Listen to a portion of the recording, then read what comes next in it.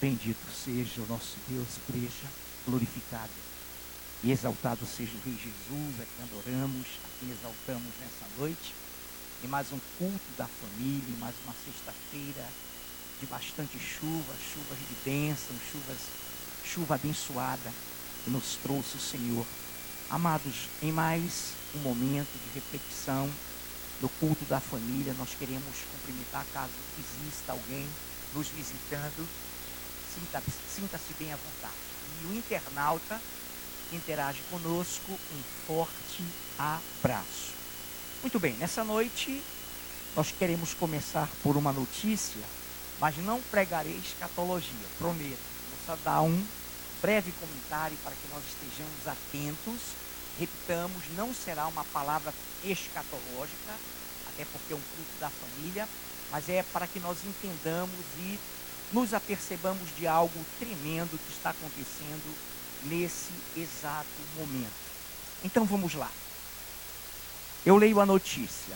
Dia 6, recém-passado, agora de dezembro, quarta-feira, o presidente dos Estados Unidos, Donald Trump, reconheceu Jerusalém como a capital de Israel e vai mudar a embaixada americana para a cidade sagrada, para Jerusalém. Vou repetir a leitura. Nesta quarta-feira, dia 6 de dezembro, o presidente dos Estados Unidos, Donald Trump, reconheceu Jerusalém como capital de Israel e vai mudar a sede da embaixada americana para a cidade sagrada, que é Jerusalém. A medida rompe, aí já é o noticiário internacional, a medida rompe com a Convenção Internacional e coloca em risco o processo de paz no Oriente Médio e a estabilidade da região. Abre aspas, Donald Trump falando, abre aspas, presidente, finalmente reconhecemos o óbvio. Jerusalém é a capital de Israel. É o reconhecimento da realidade. É o certo a se fazer e precisa ser feito. Muito bem, amados. Então, só para que vocês entendam essa notícia, repito, não vou pregar escatologia, mas vou dar um enfoque, uma introdução nesse aspecto. A atual capital de Israel era Tel Aviv, e Jerusalém, onde está o templo, ela pertence a um Estado palestino, que era a Liga Árabe, que se tornou Estado palestino, e que ainda não foi reconhecido como Estado. Deixa eu colocar o termo. Próximo a que vai ocorrer o reconhecimento do Estado palestino, o que eles mais reivindicavam e reivindicam é Jerusalém como capital.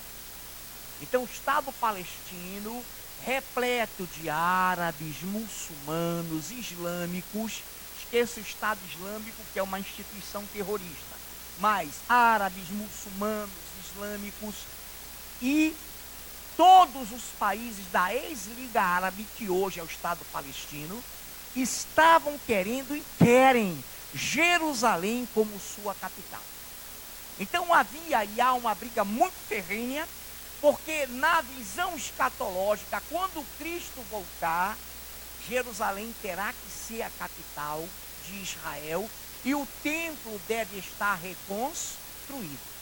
Então, ótimo, quando foi agora quarta-feira, próxima passada, dia 6, Donald Trump reconheceu Jerusalém como capital de Israel e vai mudar a embaixada americana para Jerusalém. Nesse momento, o noticiário internacional diz, quero repetir, a medida rompe com a Convenção Internacional e coloca em risco o processo de paz no Oriente Médio e a estabilidade, a segurança da região. Donald Trump então falou, finalmente reconhecemos o óbvio. Ele falou antes disso, antes de reconhecer que Jerusalém biblicamente era de Israel, E em 5 de maio de 2017, a diplomacia brasileira, vocês lembram, nós gravamos até um vídeo e iniciamos o processo de oração pela vitória sobre o Império Anticristão. Então nós falamos ali de que brevemente, você pode ver o vídeo, Israel teria Jerusalém como sua capital resgatada. Isso aconteceu.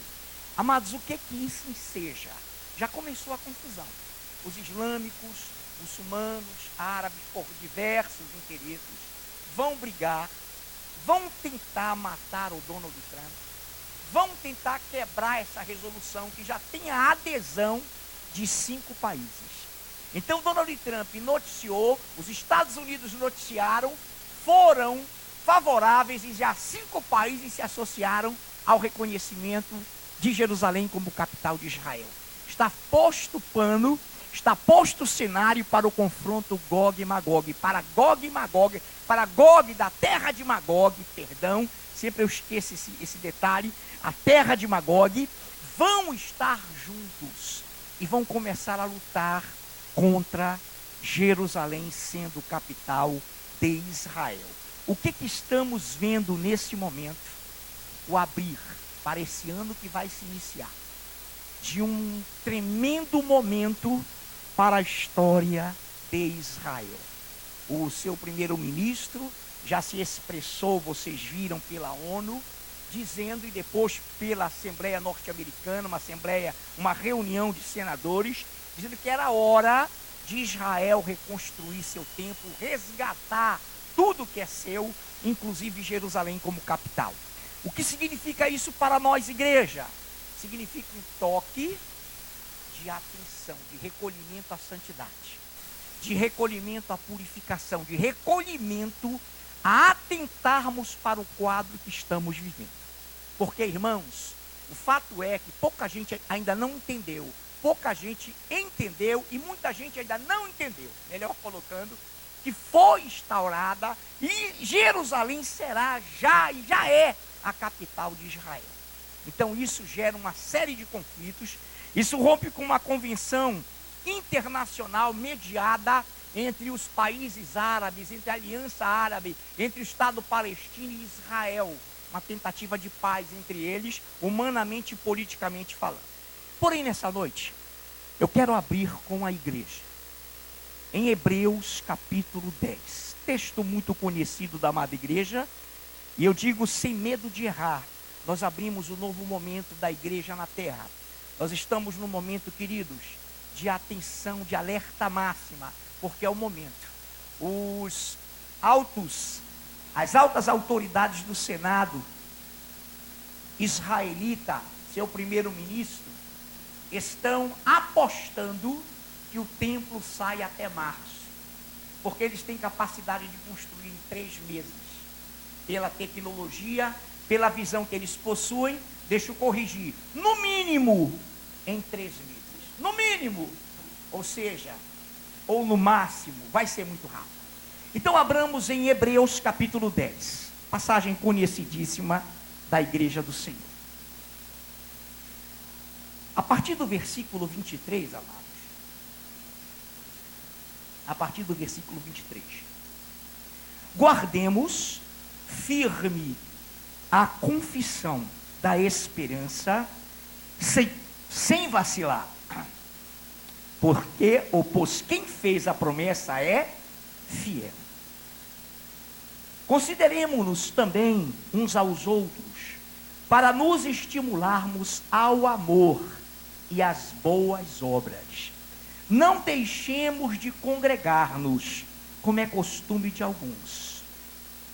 Antes façamos admoestações, e tanto mais quando vedes que o dia se aproxima.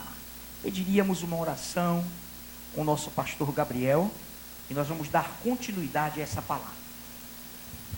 Senhor Deus, muito obrigado pela tua palavra, obrigado, Pai, por esse novo momento, Pai, na história, Pai, da igreja, a história do teu plano, Senhor Deus, em nome de Jesus, para a glorificação do teu Filho, a glorificação dos teus servos. Deus, nos conduz a cada dia, Senhor Deus, em nome de Jesus, de acordo com a tua vontade, de acordo com a tua vontade, Pai, para as nossas vidas. Nós te louvamos, que o Senhor possa usar o teu servo, o pastor Afrânio, nesse momento.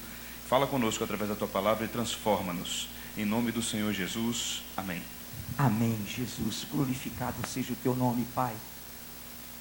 Guardemos firme a confissão da esperança. Repare, guardemos, plural, firme o quê? A confissão da esperança. Então a igreja, como um corpo, como multiplicidade de membros, como uma multiforme Assembleia Universal, deve guardar firme a confissão da esperança. Qual é a maior esperança da igreja? O seu encontro com o Rei. É a maior esperança, não há outra. É a maior esperança da igreja. Guardemos firme a confissão da esperança sem vacilar, pois quem fez a promessa é fiel. Consideremos-nos, olha lá, guardemos, agora no 24, consideremos-nos também uns aos outros para nos estimularmos ao amor e às boas obras. Não deixemos de congregar-nos, como é costume de alguns, antes façamos admoestações, exortações, chamamento de atenção, há tanto e tanto mais quando vedes que o dia com D maiúsculo se aproxima. Todos nós entendemos que esse dia com D maiúsculo é o dia do Senhor encontrar-se com a sua igreja, são as bodas do Cordeiro em Apocalipse, é o momento em que a igreja vai desfrutar da sua esperança, e aquilo que tanto nós ansiamos, que tanto nós amamos, vai acontecer. O nosso encontro com o Rei Jesus está mais perto do que nunca, igreja, do que nunca, muito mais agora que Deus levantou, no bom sentido, essa topeira, esse Ciro, que tem um peito, uma coragem tremenda, e que tomou as rédeas desse momento histórico. Aconteça o que aconteça com ele, mas o fato é que Deus está usando para que se cumpra a sua palavra, o seu momento. Então, quanto mais vedes, igreja, que o dia com D maiúsculo se aproxima, guardemos firme a confissão da esperança. Estimulemos-nos, consideremos-nos uns aos outros, a nos estimularmos ao amor e às boas obras. Não deixemos de congregar-nos, como é costume de alguns, antes façamos admoestações, e tanto mais quando vedes que o dia se aproxima. É um momento, querido, singular, é um momento tremendo, onde os próprios israelitas esperam o seu Messias, que é o nosso Messias. Quando eles virem realmente um momento grande, da grande tribulação, é que eles vão entender e vão começar a clamar por Jesus Cristo, o nosso Messias, porque eles estão assombrados, deslumbrados com esse momento em que estão vivendo, e agora mais do que nunca, céleres, vibrantes e torcendo pelo Donald Trump, como já foi festejado. Muito bem, Hebreus 13, bem aí pertinho, Hebreus 13,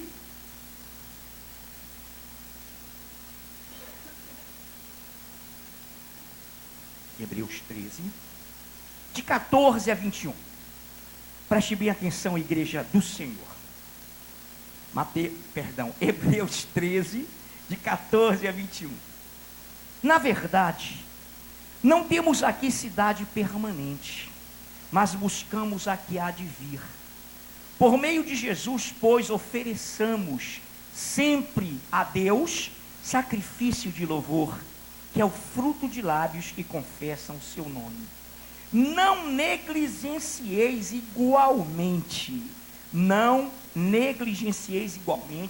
a prática do bem e a mútua cooperação, pois com tais sacrifícios Deus se compraz. Obedecei aos vossos guias e sede submissos para com eles, pois velam por vossa alma, como quem deve prestar contas, para que façam isso com alegria e não gemendo, porque isso não aproveita a vós outros. Não aproveita a vós outros. Orai por nós, pois estamos persuadidos olha lá, de termos boa consciência, desejando em todas as coisas viver condignamente. Rogo-vos com muito empenho, que assim façais, a fim de que eu vos seja restituído, mas depressa. Aqui uma pausa, aqui em Filemon 21, 22, você vai ver que é Paulo que escreve Hebreus.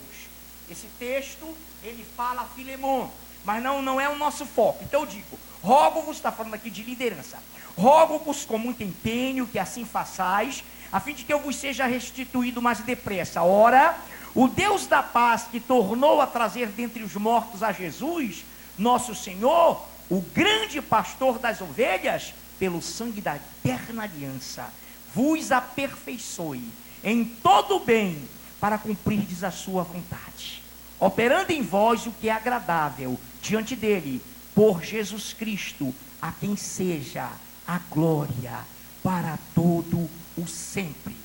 Quando Paulo adverte no Espírito aos hebreus que nós devemos entender que não temos cidade nessa terra, mas buscamos a que há de vir, nós conjuminamos, nós colocamos e corroboramos essa palavra quando ele escreve também que a nossa pátria está nos céus, de onde aguardamos o nosso Senhor, o nosso Deus. Então ele continua no 17: obedecei aos vossos guias e sede submissos para com eles, pois velam por vossa alma, como quem deve prestar contas, para que façam isso com alegria e não gemendo, porque isso não aproveita a vós outros. E ele vai, e no final, no 21, ele diz: e vos aperfeiçoe nessa aliança de sangue, que ele fala no verso 20, no 21, vos aperfeiçoe em todo o bem, para cumprirdes a sua vontade, operando em vós o que é agradável diante dele, por Jesus Cristo, a quem seja a glória para todo sempre. Amém. Então, amados, todos nós, a igreja, vai começar a sentir, a partir de agora, desse momento em que vivemos, um norte, sempre um descambar da palavra para esse momento tão significativo que vivemos como igreja.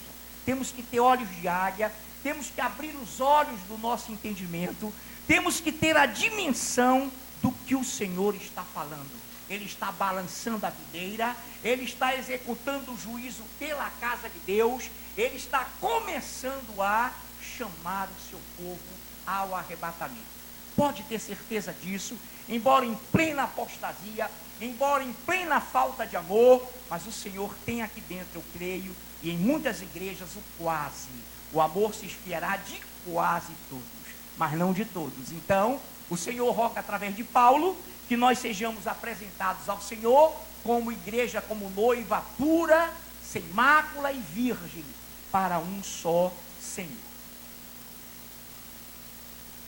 Então, amados do Senhor, nessa noite prestem bem atenção no que o Senhor vai vos falar nesta noite, como família, como igreja, a que abramos mesmo os olhos e estejamos atentos, porque quanto maior for esse momento, maior incredulidade vai surgir, maior desentendimento vai brotar, mas saiba que os fiéis serão seguros, serão levados. Livra-nos o Senhor e nos livrará da grande tribulação. Amados, essa palavra que nós vamos ler em Provérbios, ela pode ser concatenada com várias outras, mas ela tem um sentimento, uma visão muito profunda, uma visão muito gloriosa, que não é o caso, nós não vamos ministrar isso agora. Teremos doutrinas, teremos aí nossos pastores, nossos presbíteros, isso vai ser paulatinamente colocado. Mas em Provérbios 22, preste bem atenção no discernimento, porque isso vale para todos nós, meus amados. Provérbios 22, verso 10, peço que nossa pastora amada, minha linda esposa, pastora Anailf, nos possa ler Provérbios 22, essa palavra o Senhor nos coloca, e nós vamos atentar para ela como igreja. Provérbios 22, pastora, verso 10. Atente bem, queridos, para que você tenha o discernimento. Lança fora o escarnecedor, e com ele se irá a contenda, cessarão as demandas e a ignomínia. Amém. Lança fora o escarnecedor. lança fora o escarnecedor. Preste bem atenção. E com ele se irá, vai embora junto com ele a contenda. Cessarão as demandas, que são os confrontos e os conflitos, e a ignomínia, que é a vergonha. A ignomínia, que é a vergonha. Então veja bem, lança fora o escarnecedor, pode ser também no ângulo muito íntimo e principal, o escarnecedor que pode haver em mim, que pode haver em você, que pode haver em nós. Mas também, e acima de tudo, é muito amplo esse texto, o Senhor está falando com o corpo, com a comunidade dos santos. Lança fora o escarnecedor, e com ele, o escarnecedor, irá com ele a contenda, cessarão as demandas e a ignomínia, a vergonha no meio do corpo. Aí vem o Senhor e diz: olha, o juízo começa pela casa de Deus. O juízo começa pela casa de Deus. Se é com dificuldade, amados, que seremos salvos, imagine aqueles que não obedecem ao Evangelho do Senhor. Então presta atenção, igreja. Nós sabemos que o joio e o trigo, o cabrito e a ovelha, o escarnecedor ou não escarnecedor, não podem ser arrancados senão pelo Espírito Santo de Deus. Só na hora da colheita, não da colheita definitiva, mas na hora em que o Espírito Santo perscrutar, fundamentar, e com uma operação cirúrgica espiritual, ele arranque, ele libere do meio do seu corpo, sem levar muita gente, o escarnecedor. Que ele faça uma operação, uma asepsia, de tal forma que ele seja glorificado. Deixa eu lhe dizer uma coisa. Isso aqui, uma adolescente em gabinete teve um discernimento tremendo. Nós somos o corpo, amém? Todos nós somos membros individualmente desse. Conquanto somos muitos, somos membros de um só corpo. Então olhe para o meu corpo. Quem é o organismo de Cristo? A igreja. Quem é a cabeça desse corpo? Oi? Jesus. Jesus Cristo é ou não é o cabeça da igreja? Ou a cabeça da igreja? Se o meu dedo mindinho, se o mais, aquele mindinho está aí no sapato, debaixo da meia, debaixo do sapato, que não aparece, tiver um problema, nós, cabeça, corpo, organismo, vamos fazer de tudo para mantê-los no corpo. Se um dedinho vai gangrenar, se um dedinho vai infectar e comprometer todo o corpo, o que é que o Senhor prescreve? O que é que a medicina prescreve? A amputação, a subtração, para que esses membros não comprometam todo o corpo. Então olha o que eu vou lhe dizer sem medo de errar. Amados, exceto nos casos em que Deus fala assim, ó: debalde abres o templo, debaldes usa meu altar, ou usas para servir pão imundo. As igrejas hereges, as igrejas que servem pão imundo e que são realmente dirigidas de uma forma sem Deus, sem a palavra, elas poderão ser eliminadas, elas poderão ser arrancadas, e o Senhor diz: no outro momento dar-vos-ei pastores segundo o meu coração. Mas, via de regra, no geral, no genérico, no corpo, prescrição do Espírito na vida de Paulo e de toda a Bíblia, aprendamos uma coisa, queridos, olhem para cá. Nunca a minoria terá razão no corpo de Cristo. Nunca um dedo mindinho, nunca um olho, nunca um ouvido, nunca uma boca, nunca um pé vai destruir o corpo ou tirar a razão da cabeça. Aí Paulo entra com a liderança: sede submissos, amados, porque eles velam por vossa alma. Queridos, não há outra regra. Outra regra chama, ou se chama outra regra de o quê? Vocês conhecem a palavra. Então não existe no corpo de Cristo o subtrair a cabeça, o destruir o corpo, ou o descredo corpo da cabeça na palavra da liderança, em detrimento de órgãos, de membros que na minoria tentam denegrir a visão da palavra. Quantos estão entendendo o que eu estou falando? Irmãos, então, apegue-se a isso, preste bem atenção, nós temos que ter visão nesse momento. Lança fora o escarnecedor, e com ele se irá a contenda, com ele se irão embora as demandas e a vergonha no meio do povo. Então Deus não trabalha dessa forma. Deus tem um padrão, cabeça, Cristo na palavra, está na liderança, está na palavra, obedeça. Quando eu falo isso não é de mim não, é pastor Gabriel, pastor Anaíde, pastor Paulo, missionária Mara Simone, presbíteros, toda uma liderança aqui, e homens de Deus maravilhosos, que tem discernimento aqui dentro, ovelhas antigas, que tem visão de águias. Então preste atenção, não há outro modelo, não há outra estrutura, porque o juízo começa pela casa de Deus, e se o membro sofre, todos sofrem juntos com ele, se o membro se alegra, todos se alegram com ele. Lembram dessa palavra? Todos vão se alegrar com você, com a sua alegria, com o seu chamamento, com a sua ida, com a sua vinda, com a sua volta, mas o corpo estará com você num só propósito, numa só comunhão. Nessa noite, Apocalipse 22. Apocalipse 22.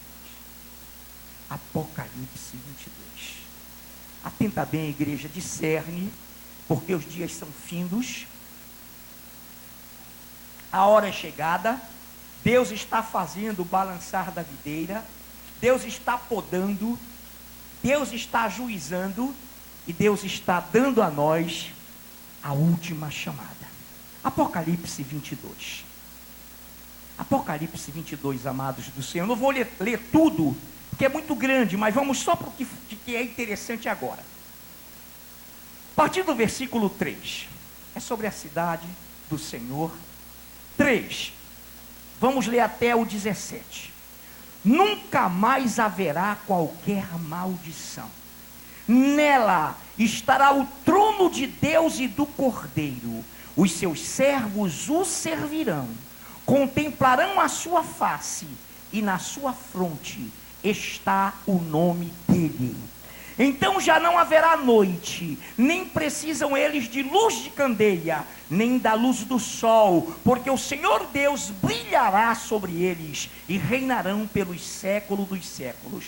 Disse-me ainda, essas palavras são fiéis e verdadeiras. O Senhor, o Deus dos espíritos dos profetas, enviou o seu anjo para mostrar aos seus servos as coisas que em breve devem acontecer. Eis que venho sem demora. Bem-aventurado aquele que guarda as palavras da profecia deste livro. Eu, João, sou quem ouviu e viu estas coisas, e quando as ouvi e vi, prostrei-me ante os pés do anjo que me mostrou estas coisas, para adorá-lo. Então ele me disse: vê, não faças isso, eu sou o conservo teu, dos teus irmãos os profetas, e dos que guardam as palavras deste livro. Adora a Deus. Disse-me ainda: não seles as palavras da profecia deste livro, porque o tempo está próximo. Continue o injusto fazendo injustiça, continue o imundo ainda sendo imundo, o justo continue na prática da justiça, e o santo continue a santificar-se. E eis que venho sem demora, e comigo está o galardão que tenho para retribuir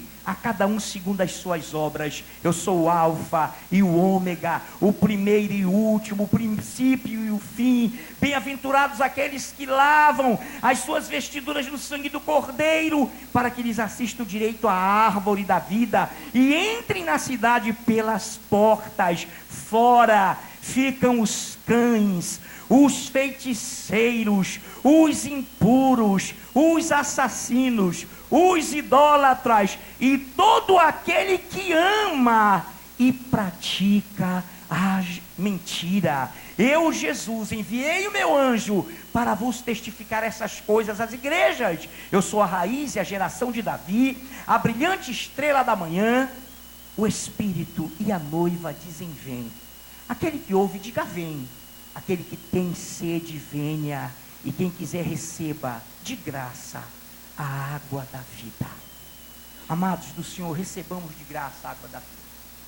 Creiamos e submetamos-nos à nossa liderança na palavra, no Senhor. Porque o Senhor diz: fora ficam os cães, os feiticeiros, os impuros, os assassinos, os idólatras e todo aquele que ama e pratica a mentira. Sabe o que é isso, irmãos? Tem pessoas que mentem, creem na sua mentira e o pior, amam a sua mentira. Caia todo mundo, caia a igreja, mas essa pessoa não é nenhum de nós. Por favor, ninguém, não pense em ninguém, pense em mim, pense em você. E ama e pratica a mentira. Irmãos, o Senhor diz que naquele dia muitos receberão um impacto. Apartai-vos de mim, malditos, para o fogo eterno, porque vocês praticam a iniquidade. Irmãos amados e queridos, nenhuma mentira procede da verdade, mas toda a verdade procede da verdade. Não podemos, diz a palavra de Deus em 2 Coríntios 13:8, nada podemos contra a verdade, nada podemos contra a palavra de Deus, queridos, nada podemos contra Cristo, nada podemos contra a sua palavra, nada podemos contra a liderança, se ela estiver na palavra. Senhor Deus, nessa noite, prepara-nos para esse grande dia. Que a tua igreja agora se destitua, tire os olhos de criança, arranquem os olhos de meninice, tirem os olhos da incredulidade e se revistam, como diz a palavra, das vestiduras lavadas pelo sangue de Jesus. Nos revistamos, igreja do novo homem, nos revistamos da verdade, sejamos partícipes e praticantes da verdade, por mais que soframos angústias. Por isso que Paulo diz aos ministros: cumpram cabalmente o vosso ministério, sofram as aflições. Querida igreja do Senhor, a hora começou de uma contagem regressiva, de um momento em que vamos abrir os olhos do entendimento e ter amor uns pelos outros e guardarmos firmes a esperança da nossa fé, e estejamos nos estimulando ao amor e às boas obras, porque a ceifa, o juízo na casa de Deus é chegado, e o Senhor começará, e já começou, a fazer um processo de asepsia no meio da videira, para que os ramos frutuosos deem mais frutos ainda. Abençoa as famílias, papai, abençoa a tua igreja, abençoa o teu povo. Não abriremos mão da tua palavra, não abriremos mão do teu amor. Segura-nos, Pai, e que toda obra das trevas caia por terra dentro da tua igreja. É o que te pedimos, já agradecidos, em nome de Jesus, e já aplaudindo esse Deus. Só Ele é digno.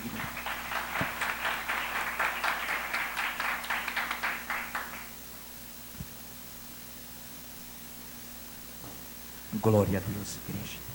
Vamos louvá-lo.